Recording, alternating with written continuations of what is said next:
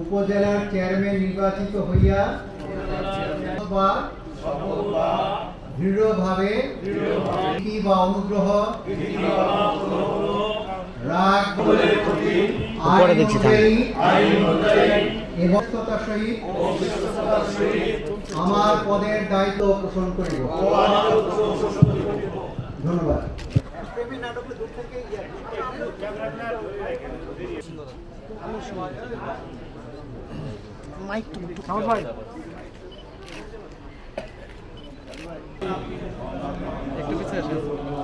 পিতা নির্বাচিত হইয়া আমি ভীতি বা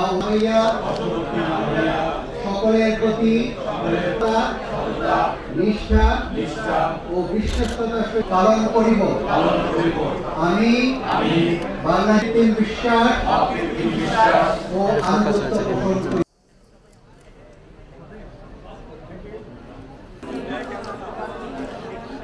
পিতা বা স্বামী মহিলা ভাইস চেয়ারম্যান নির্ভাবে ঘোষণা করিতেছি যে বিরাগের বশবর্তী না হইয়া সততা নিষ্ঠা পালন করিব।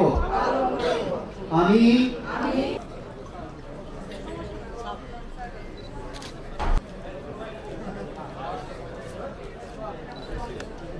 আরেকটা এদিকে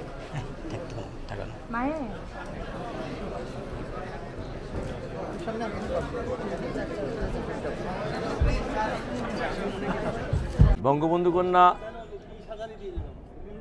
মাননীয় প্রধানমন্ত্রী দেশরত্ন শেখ হাসিনা এই বাংলার দুঃখী মানুষের সেবার দায়িত্বে আছেন।